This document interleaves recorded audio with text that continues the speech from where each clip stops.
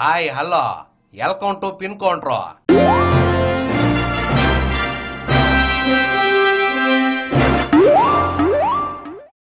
ఉప్పు టఫ్ఫు అని తెగ ఎరగదీస్తున్నాడు వెంకయ్య నాయుడు. అన్ని పార్టీల్ని ఒకే దెబ్బకే గిలగిలా కొట్టుకునేలా చేస్తానంటున్నాడు. మొన్న మోడీ సభలో తన పంచికి ప్రాస యాడ్ చేసి ఎరగదీసి కరగబెట్టాడుగా. ఆ పవర్ఫుల్ స్పీచింగ్ ఏందో చూద్దాం రండి. వెంకయ్య ఇంక మొదలెట్టు. ఇది బీజేపీ మీటింగ్ కాదు, కాంగ్రెస్ మీటింగ్ లో మీరు మాట్లాడుతున్నారా ఏంది? డిగ్గీరాజన్ పిలవకపోయావా? 100% టంచిమాలంటాడు. ఇది ప్రజా సంద్రము, ప్రజా సముద్రము. ఇవాళ సంద్రం సముద్రం అనా? ఇంకా యావత్తు దేశం అంతా కూడా కోరుతూ ఉంది. కారణం ఏమిటి? ఏముంది? చెన్నై ఎక్స్ప్రెస్ లో తెలుగు సీన్లు పెట్టుకునే తమిళం పేరు పెట్టుకున్నాడు అంతేగా. దీనికి కారణం ఏమిటి? దీనికి కారణం ఏమిటో ఆలోచించవలసిగా కోరుతూ ఉన్నాను. అయితే నీకు కూడా తెలియదన్నమాట. ఈ దేశానికి స్వతంత్రం వచ్చి 65 సంవత్సరాలు అయింది. అయితే ఏంటంట? బ్రిటిష్ సంఖ్యలు దిగినా జనం ఇంకా నాయకుల సంఖ్య నాగాల్సి వస్తుందిగా. పార్లమెంట్ నుంచి పంచాయతీ వరకు, ముఖ్యమంత్రి నుంచి మున్సిపాలిటీ వరకు అంతా ఒకటే స్కూల్ అంటావు. అవినీతి ఇక్కడ అక్కడ లెక్కలేదు. గజ్జి తామరాలాగా విశ్వవ్యాప్తం అయ్యిందంటావా? భూమి మీద అవినీతి, భూగర్భంలో అవినీతి. రాజకీయ నాయకులకి సందు దొరకాలి కానీ అంగారగ్రహాన్ని కూడా కంపు కొట్టిస్తారులే రాజా. ఆకాశంలో అవినీతి, అంతరిక్షంలో అవినీతి. ఓహో, నువ్వు కూడా అక్కడికే వచ్చావా? ఇంకా అందుకేడ ఇందు రెడని సందేహం వరదు. ఇంకా సందేహం ఎందుకో? ఒక్కసారి గెలిస్తే చాలు దాని అమ్మ 10 తరాలు పడుకొని తిన్నా కరగనంత సంపాదిస్తున్నారు నా యాళ్ళు. కాంగ్రెస్ రాజ్యంలో ఎందెందు వెలికిన అందందే కదా అన్నట్టుగా మీరు మాత్రం చవన్ ప్రాషా తిన్నారా ఏంది? కర్ణాటక నుంచి శవపేటికల వరకు మీ గత రికార్డు కూడా బద్దలైందిగా. ఇవాళ అవినీతి సర్వాంతర్యంగా తయారైపోయింది. అందుకే ప్రజలు ఇవాళ పాలిటిక్స్ లోకి వస్తే తప్పితే సంపాదించలేమని ఫిక్స్ అయ్యారంట. అవినీతి పట్ల ఆగ్రహంగా ఉన్నారు, అధిక ధరల పట్ల ఆగ్రహంగా ఉన్నారు. ఆగ్రహం కాదు నిగ్రహం కోల్పోయి ఉన్నారు. ఏదో ఒక రోజు రాజకీయ నాయకుల మీద విప్లవం మాత్రం తప్పదు రాజా.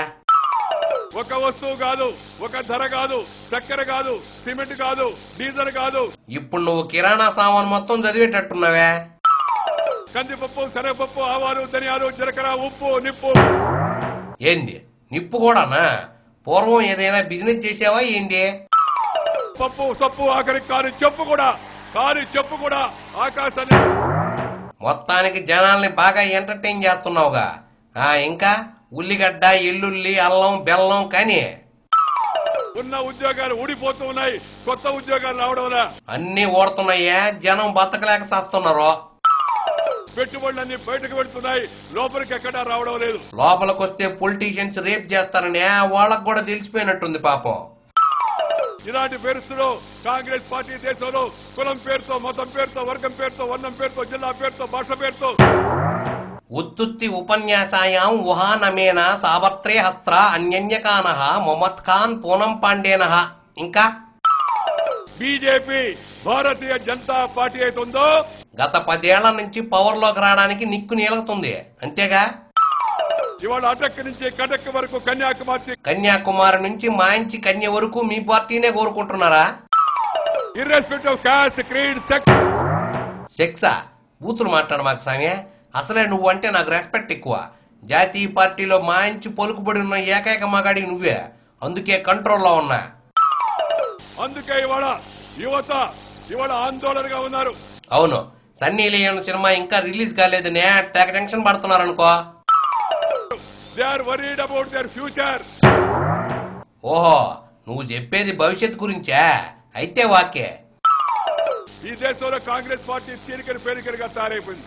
ఎన్ని పీలికలైతే ఏముందిలే, ఏదో ఒకటి జంతర్ మంతర్ చేసి అధికారంలోకి వస్తున్నారుగా.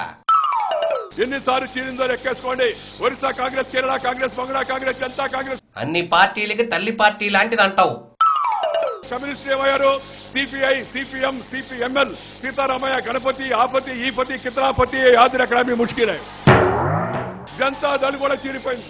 ఆ లిస్టు కూడా చెప్పి హోటల్లో ఇడ్లీ, దోశ, వడ, మసాలా దోశ, పూరి అన్న రేంజ్ లో చెప్పాలి.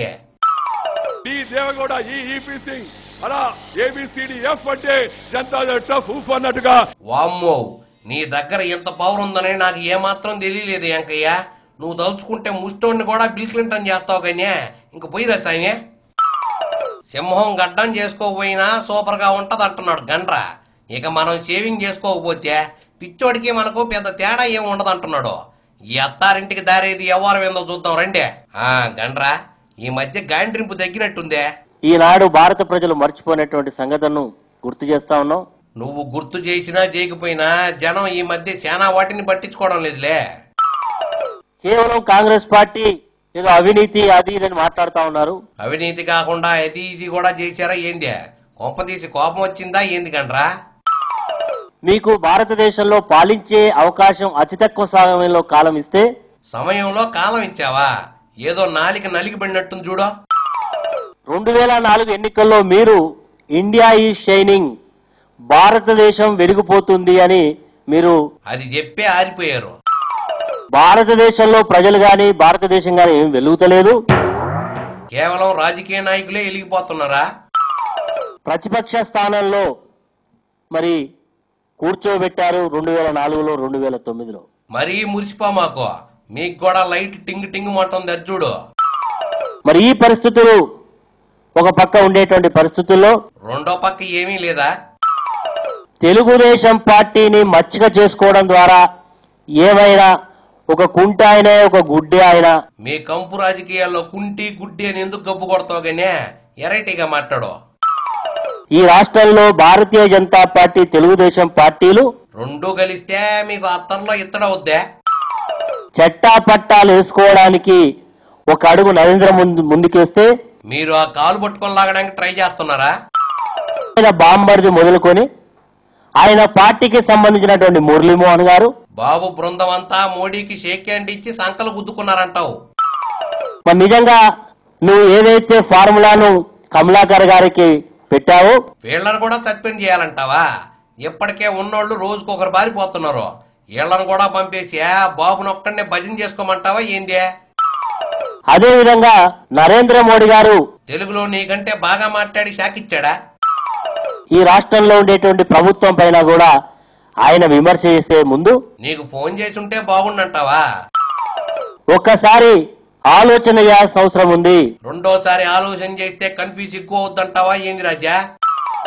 ఎందుకంటే 2004లో మేము అధికారంలోకి వచ్చిన తర్వాత ఒక్కసారే దరిద్రం నుంచి పూల పుట్టలో పడినట్టు అనిపించిందా?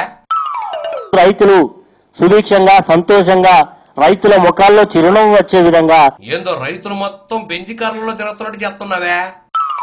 మరి మీకు తెలియకపోతే తెలుసుకుంటే బాగుంటది. శ్రీ నరేంద్ర మోడీ గారు ఆయన తెలుసుకుంటాడు కానీ మీ సినిమా స్టోరీ కూడా తెలుసుకోపో. ఇల్లు పిన్ కౌంటర్ లో చిన్న బ్రేక్ తీసుకుందాము.